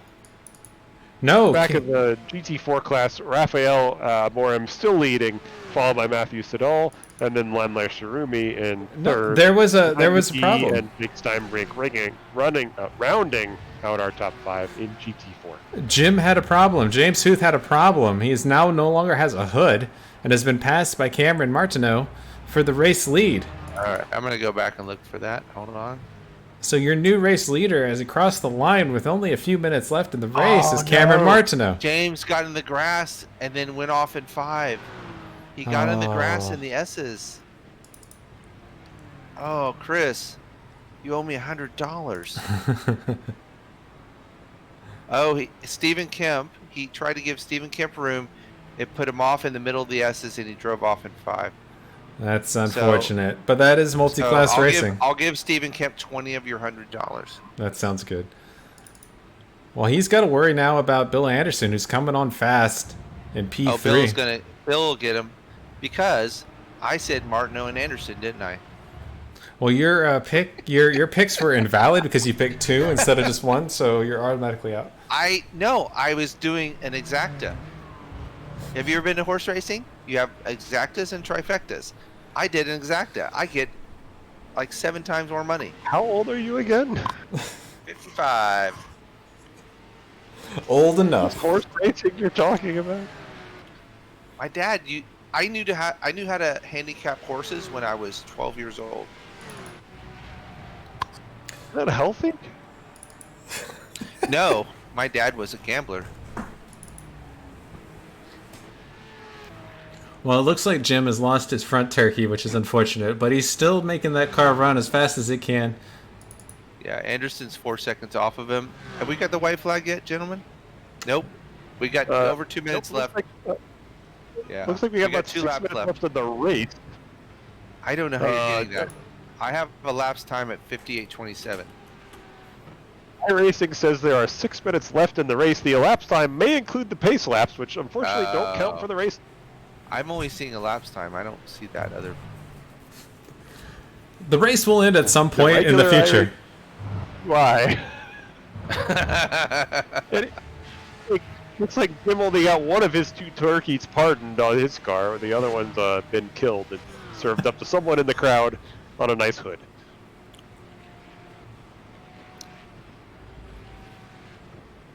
All right. So I've moved out here. Our to turn. hashtag asked, So- what is horse racing? It's like car racing, but with animals. Thank you to Liam. I don't know if they have horse racing up in Canada. Moose racing? Yes, they have Michigan moose said, racing. Hey. So Liam, it's like moose racing, but with less horns and with a different animal. So here's a question for all you race Are fans you out saying there. Canadians are hornier? Sorry, go ahead. So here's a question for all you race fans out there. The plural of moose, is it moose or is it meese? It's moosin'. There you go. Confirmed by a true Canadian, it is meese. You, Jared, yes, the police, I believe, do indeed travel on horses in Canada as well. Or on, The plural of moose horse- is probably moose. on mooses, so... No, it's just moose. Moose. The plural of moose is moose. Yeah, but don't what's the plural of goose? aren't there like Geese. farmers riding horses and geese or something in Canada too? I don't know. I have a great story I saw about finding out if someone is a Canadian. So when my wife started her new job, she had this. Her boss has an accent that was very difficult to discern whether it was northeastern United States or Canadian. And I just asked her, "Does he apologize for everything all the time?" And she said, "No." And I said, "Well, he's not Canadian then." That's right. All right. Going back, Bill is closing in on James into 10A. You need to follow that. I am following it. I was just about to say that the gap has come down quite significantly. That Now we have to see whether Palmer lets Anderson by. that lack of a hood is not doing Jim any favors. Wait, we're gonna see the new gap here coming through. I think it's gonna be under a second. Yep, it is 0.4. Oh, it is right at 1 second. Right at 1 second. Yep, 1.03 seconds going in So to their since next lap. my iRacing is totally messed up, Matt, what is the correct time remaining? We got just over 3 minutes remaining in the race. Okay, so we have 2 laps, depending on where Cameron crossed the line. Cameron is entering turn 7 right now. Okay. Oh, we have another car off. That is Thomas Doherty. There have been cars off this entire race. I know. When you put 62 But cars on the track at Road America, But when I see them, they're special. Oh, Bill Anderson! Bill! Oh, Bill! You killed oh no, Bill! Bill just got killed. Let's take a replay of that. Oh no! Bill got it a little bit loose there, exiting the turn onto the He got backstretch. hungry. He got. What's the kids say? Thirsty? The kids these days. The kids. Oh, Comes goodness. around, loses it, No, but he took the inside, but he was just. and then gets T-boned Ah. by a lap car. That is most certainly that Bill's hurts. race done. That hurts. That hurts really deep. Robert just trying to mind his own business there, and all of a sudden there's a sideways cup car. But I tell you what, we still have one more to go. I mean, Jordan Dyer All has right. closed down Jim. He's only about 4 You know seconds back. Oh, whoa! What was that? Bill's off again. Bill's car is crabbing pretty hard. That may have some damage, steering damage. He went off in the club entrance. Yeah, he's done. He's done. He can't drive it. Oh, the heartbreak! The This has heartbreak, that was- that championship was painful. implications. Bill has the worst luck in iRacing. He's so fast, and he keeps drawing contact. All right, so we had one hoodless car pass another hoodless car just around turn 7. That was James Huth passing. Who was that behind him? It was I just a think it lap car. I believe that was All right. John Kirk, one of our lap down 4 cars without it. I would love to see a race with all of the cars hoodless. No, wait, listen. The rule is the race doesn't finish. The finish is when the last car loses its hood. I think You you should probably understand? set that to the Spance team, who's a Southpaw racer, and some other guys put on an excellent, ridiculous racing series in week 14, where very strange wind conditions. So you know, What? there's another What's trooper. that? He does this race called Max Bance every week in week 13, based out of Australia. Yeah. They always have very unusual race conditions. Like the winner of the race will be. So is it like last Nürburgring at night with pure fog? Oh, no, the way you win the race is by the first person in Lotus 49s to have 0 incidents, or to be the last person when they call yellow flag to cross the finish line, or this upcoming Max Bance Okay. will be you have a lap time window. Okay. Go faster or slower than the All lap time window, you get DQ. I'm coming up with this. This is TM. Was it TM copyright? What's the little logos?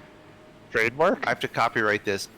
Trademark. That's TM, and then you have the C, right? Just Copyright, copyright. and then the other The one. R is a registered trademark. Registered trademark. Yes.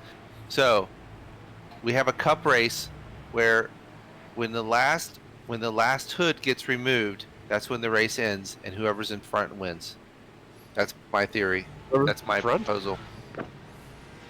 Whoever's in front when the last hood, that determines the end of the race. The race isn't over until the last hood is gone. So it encourages contact, right? But you have to stay in the race. By the You way, have to lose your Well, hood. our race leader, Cameron Martineau, is slowing down on track for whatever reason. Everybody- because the race is over, The race is over. you guys were enjoying talking about weird races. Meanwhile, Why our did race you is interrupt finished. us? I couldn't get a Cameron's word in. doing donuts. My pick, Cameron Martineau, the only pick I made, won the race. So there You you owe me go, $100. guys. Only pick of your 4 picks you made. You In owe me GT4, $100. Raphael wins the GT4 class miraculously in the cleanest GT4 car in the field. And then, as we were discussing, hoodless cars, Matthew Siddall All right. brings up second place with the hood on his GT4, and Leonard Where- Cerini is in third. All right. Clear comms for a second. Let's run through the top 10 at least.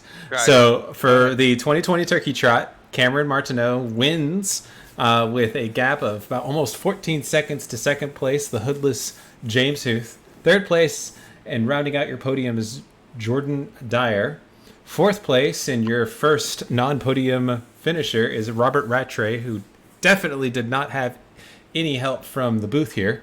Fifth place is Kevin Douglas. Sixth is Bob Moore. Seventh, Mario Gonzalez. Eighth, Bruce Robinson. Ninth, Gary Reese.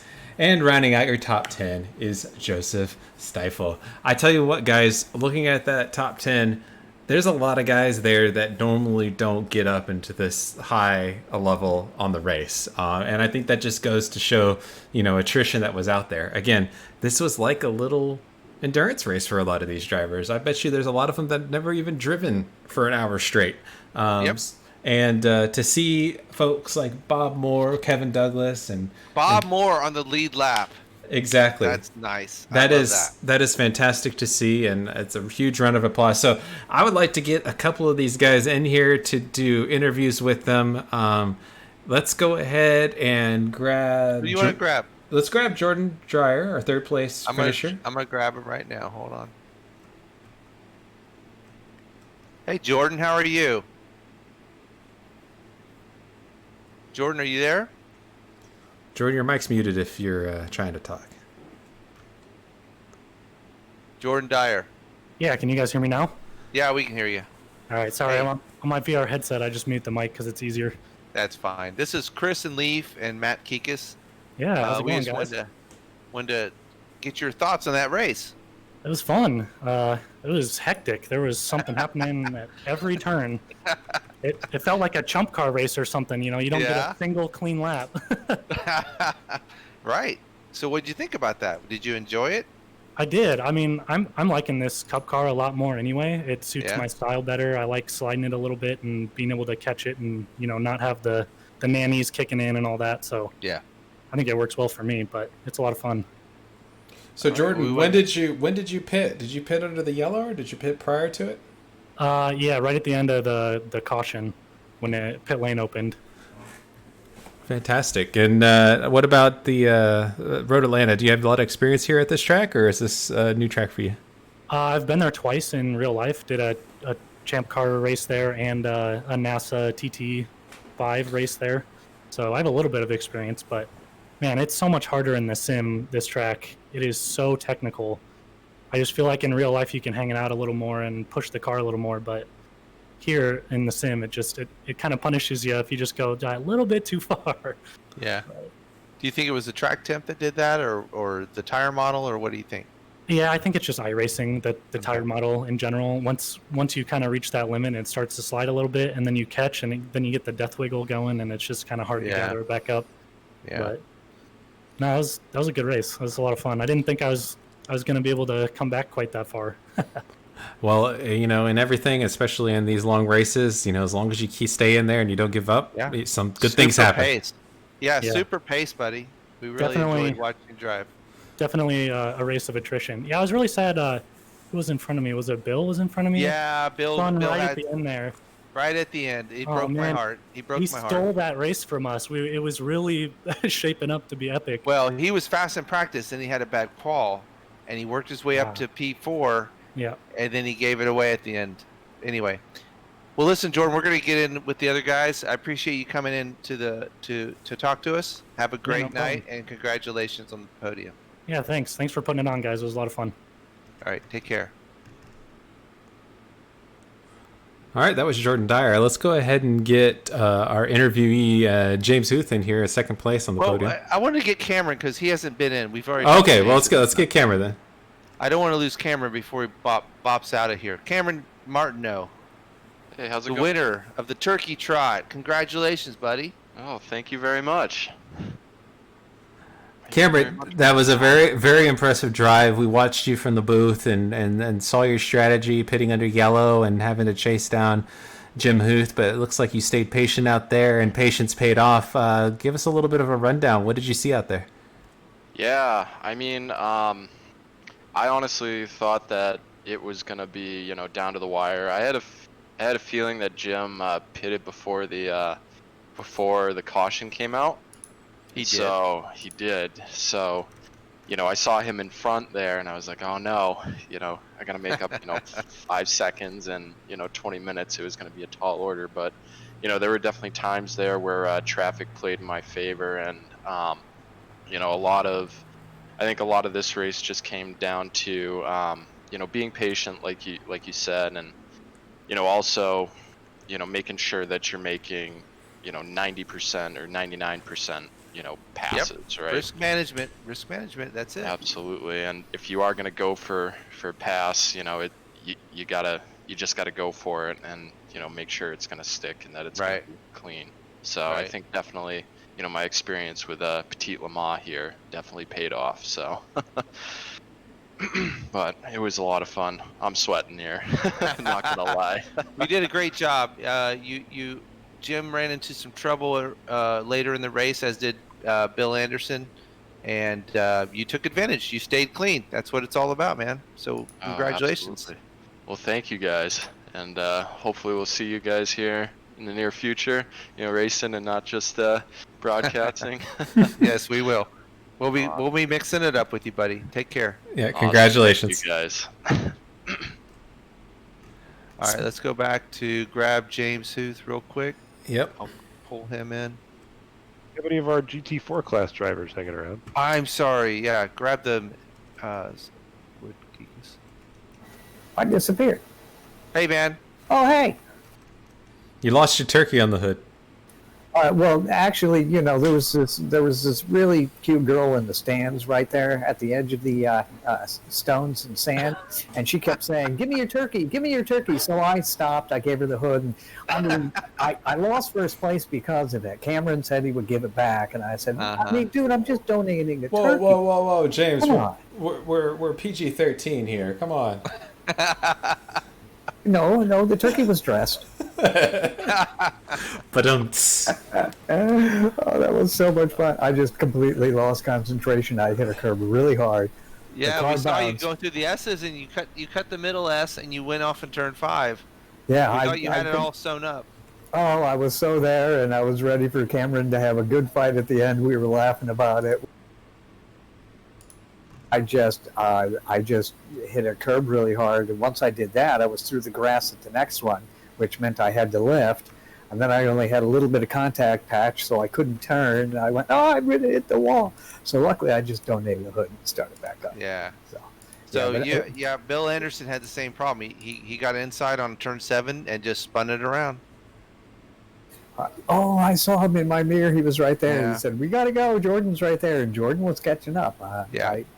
I let him have it after that. I caught back up, but I was really hoping to hold off Cameron for a bit. It was just my own mistake. Absolutely stupidness. But I had so much fun anyway. That's great. It was a good second, and I really enjoyed my pit stop strategy. I thought that was great. All right, James. Well, thanks for talking to us so much during the qualifying and the race and the practice. And we'll be seeing you soon. Thanks, buddy. yeah, Absolutely. congratulations Thanks, my on friend. second. Hey, Matt, why don't we pull in Ryan McGee? He's the top finishing GT4 that I see in the channel up there. Yeah, that's good. I can't do that for us. Okay. I'll do it. He'll I'll do put it. and why don't you lead this one, Mr. Kikis? Yeah. Ryan, how you doing, man? Are you here? I'm here. Hey, how did you enjoy the race in the GT4 class? You're here with Chris and Leaf and myself, Matt, in our booth here. For That's thrown in the booth. I was listening to a conversation in the other channel. yeah, that's what we do. We gotta grab people. So We're way more important than anybody talking in the other channel. It was a good race right up to the end. I was holding fourth in the Cayman class, and I had caught up to third place, and I had fifth place right behind me. And then our 10th place guy decided to get into the mix and decided to try and race us, and he ended up knocking me out. And so I ended up taking fifth, and fifth place took the guy who was behind me ended up taking fourth, and the guy that was in third kept it. So. you have a lot of experience with any multi-class racing and iRacing or in real life, and how did you find that here this evening in comparison? Yeah, I've done a fair amount of the IMSA racing in iRacing, so I mean, I've got a little bit. I mean, I've only been sim racing for about a year now, so. How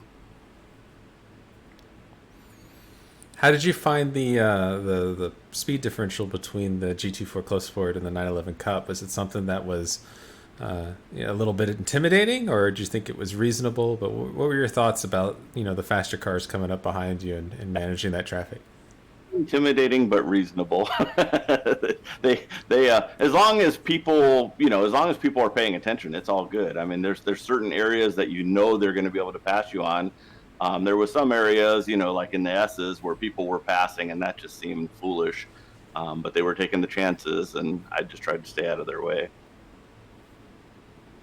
Always a critical skill in trying to survive a mini endurance type of race is trying to keep the car clean. So did you join iRacing as part of getting into PCA sim racing, or is the PCA thing kind of something you found out about after you had joined iRacing in the last year? No, it was definitely all PCA sim racing. I found out about it and joined in on season 4, and I worked through.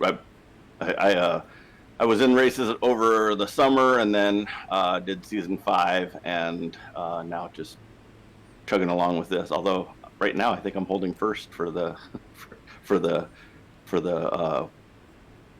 not club class, but the sports class. In your zone runoff competition, then. Correct. Oh, excellent. What zone are you in? Zone 35. Is it 3513? 3 and 12, I think. 5, 10, 13. 510. I'm in zone 10. So Oh, there you go. Perfect. So, well, excellent. Well, thank you for coming out and racing in the GT4 class. I know it's always in these big fields, it's kind of intimidating sometimes to hop into the slow class of the race, but I always appreciate it when we get a lot of GT4 drivers out here. yeah, it was fun. A lot of cars, but fun. Awesome. Well, we'll get Leaf to throw you, or somebody to throw you back in the pool with everybody else there. Thanks for racing with us today. Yeah, thanks, Ryan. All right, thanks, guys. All right. So that was Ryan. Ryan McGee racing the GT4 Cup. He got 5th place. I would like to talk to some other folks in the mix here. We got Bill, who was up front for a while. We got Stephen Kemp, who's new to all of iRacing and racing in general. Robert Rattray, who had problems early on. Who do you want to talk to? Ladies' choice, sir. Go ahead. You bastard. All right, here we go. We're gonna grab people off the street. Stephen Kemp, are you there? I'm here, yeah. Hey, Stephen, it's Leaf talking with Chris and Matt Kikas. Hey, Leaf. Good. We just want to see how your race went, because this is your first race with PCA sim racing and iRacing, and in real life or sim racing. Yeah, it was a lot of fun. I had a couple incidents where I met a GT3 at an Apex where I just should have seen he was there. It was actually going into the tight turn, maybe into 2. Yeah. And then another incident on my own, and right at the end, maybe one of the guys on here, we just looked like we bumped doors going to the 10 complex, and I went to shut off. Yeah, that's pretty normal. So you had a good experience? Yeah, it was good. I had a pit speed penalty. Do you have to enable that every race? Because I thought it was enabled, and I had to go do a service penalty. You need to get down to the pit speed limit before you enter the cones, cross the cones. Oh, right, but the limiter must have been off. Yeah. So, so if you're talking to other PCAers who haven't gone into the racing yet, would you recommend this to them? Is it scary? Is it fun? Is it challenging? This race with all those GT3s was you're like a moving cone out there. It was challenging. You're a moving chicane, yeah. Yeah, and sometimes it's fun, like getting passed by 2 GT3s in the 10 complex, one way and one the other. It's kind of fun. Excellent. Well, listen, man, we just want to say hi and congratulations on finishing the race and doing well. And I hope you had fun. Yeah, I finished. That was my goal. All right, buddy. Take care. Have a great night. All right, thanks. Take care. I'm throwing people back, and I don't know where they're going. I'm hoping I'm getting it right. Yeah, they're going back into the proper channel. All right, how about Kim Frick, another GT4 driver? Okay, got him. Mr. Frick? Are you there? Yeah, I'm here. Hey, Kim. This is Chris and Leaf and Matt Kikas. We're doing the broadcast here. We got 8 listeners. We just want to check in with you and see how your race went. Oh, well, it went fine until I got into the wall in the S's as a result of trying to avoid a GT3 car, and then I ended up pits for 21 minutes, and, well... Well, everything prior to the incident, did you enjoy yourself at least? I mean, that was the whole point, was just to have some fun. Did you get some... do you have any experience with multi-class racing, iRacing, either virtually or in real life? Yeah, multi-class. I've been doing multi-class for a little bit now. So yeah, multi-class is fun. I like that. That's a blast. And yeah, up until the incident, yeah, it was great. I liked it. A lot of cars out there, man. And being in the GT4, well, you used to blue flag after a while. So yeah, it's just the way it is. Yep. And how long have you been doing iRacing? Oh, only since August. Oh wow! So you're You're still a little wet behind the ears. Did you join iRacing because you were interested in sim racing, or was it the PCA sim racing series that brought you to iRacing? Actually, it was the PCA Sim Racing League, so I happened to have everything I needed, so it seemed like a fun thing to do, and it is fun. Fantastic. What zone or region do you hail from? Zone 1, I'm in the Niagara region.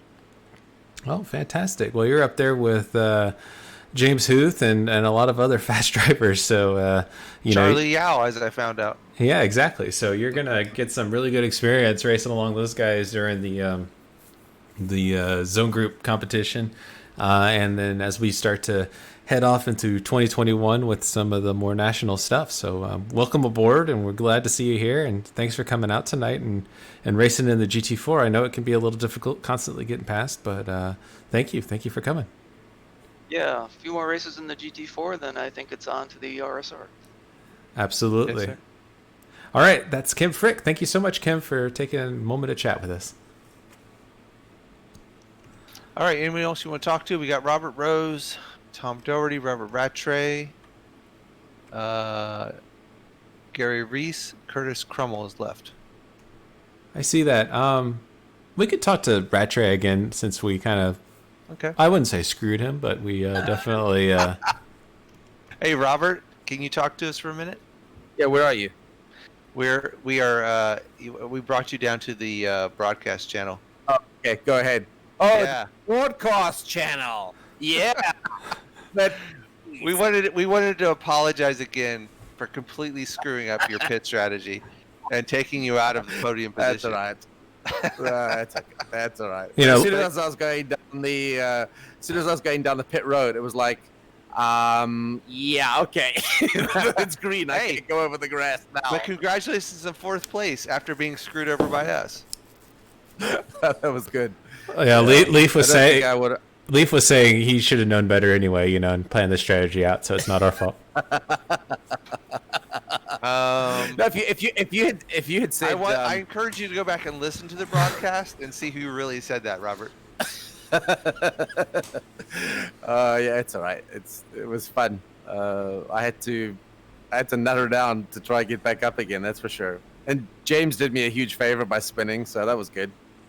Yeah. Mr. Patak. Yeah, and then Bill Anderson did a huge favor to you. He was up in 2nd and spun out in turn 7. Yeah, I had Bill behind me for the majority of the race before I got screwed over at my pit and managed to keep him behind. But he had a bad qual. He qualled like 12th, but he practiced in 2nd, and he clawed up to 5th to follow you. And then he was in 2nd, and then he spun in turn 7, J-hooked it or whatever, and his car crabbed all the way down to the club pit entrance. So his day was done. Easy to do. Yeah, you had a lot of help there. Easy to do, man. At the end there, it was very screwy. I'm just watching lap 21 here where Josh got beat up because we were having a good old ding dong. Yep, that's where he got it. Yeah, at the exit to 9, he got tapped, and that was it. There was a lot of heartbreak in this race. More multi-class practicing. I would say this is like the Bachelorette is designed for heartbreak. You can't escape it. Everybody's going to have a little bit of heartbreak in this. Yeah, I mean, but again, it's totally attitude. If you are going to go for that gap, your percentages go up that you're not going to make the end of this race. It's like any iRacing endurance race. Unfortunately, you can only dodge so many bullets, and then one of them's going to catch you. Yeah. Well, guys, how many turn 1 dive bombs did we see? Ooh. Well, Curtis was just talking about Paul Salk got hit by Steven in turn 1. Yeah. We were just looking at that. I mean, we could have just put a camera there, or 10A, or turn 7. It could have been anywhere. Yeah. The thing that I noticed was the Caymans. Most of the Caymans were pretty good. There were a few, but there were a lot of Porsches that There were a lot of Cup cars. There were a lot of Cup cars trying to get out the way and just screwing it all up, especially through the S's. Yeah. You know, they weren't just driving the S's. They were, okay, I'm going to hang left here on 5, and there's no racing line past them on 5. So yeah, some more multi-class practice, I think. It was fun though. Hey, at least you had fun. That's the main point here. But if you don't have fun doing this, then you need to go on Prozac. Good one, man. So, how many drinks you get down you in the race? All right. I think I'm about 3 units. You're not driving. Why are you 3? No, I'm not driving. This should be hammered I'm zone not done. right now. I didn't say I was okay. done. Yeah, you guys are central, so you got a couple more drinking hours. Yeah, it's only 9:30 here, man. I got a long night ahead of me. Happy hour. What were we gonna say, Matt? Guys. Let's say some of us have to work tomorrow. Yeah, I'm one of those, I'm afraid. So. Yeah. All right, Robert. Well, thanks. You wanna? I'm in VR, so you want to slide me back up? yeah, definitely. I'll We'll slide you slide up, you. buddy. Thank Thanks, you, guys. So I think with that, we're gonna go ahead and wind this little Still horse and Podio show up a little bit. So thank you so much for watching the 2020 PCA Sim Racing Turkey Trot here at Road Atlanta. It's the first one we've ever had. Hopefully we have another one. If you are a member of PCA Sim Racing, be sure to check our Discord and check the website for future events that are coming up. We have national events that we alluded to earlier in the broadcast in 2021 in Q1, as well as zone group events for the national runoffs that are currently ongoing. Check the website for more details. Leaf, Matt, any final thoughts, Matt, on tonight's race? Hey, I think it was a great time to get everybody out and kind of do something different after the end of Season 5, get a little bit of multi-class racing on, do something for fun, and to throw 60-something cars onto Road Atlanta. So in and of itself is always going to be an interesting race. So it's good to hear that everybody participating had a good time, and we'll look forward to the next opportunity we have to get everybody together again. Yeah, we need to do this next time. More cars on Lime Rock. Now that is a recipe for disaster. So for Matt Kikis, Leif Peterson, I am Chris Pies. We are Imperial Motorsports. We thank you guys for watching and look forward to seeing you at future races or future broadcasts. Until then, thanks for watching. Good night.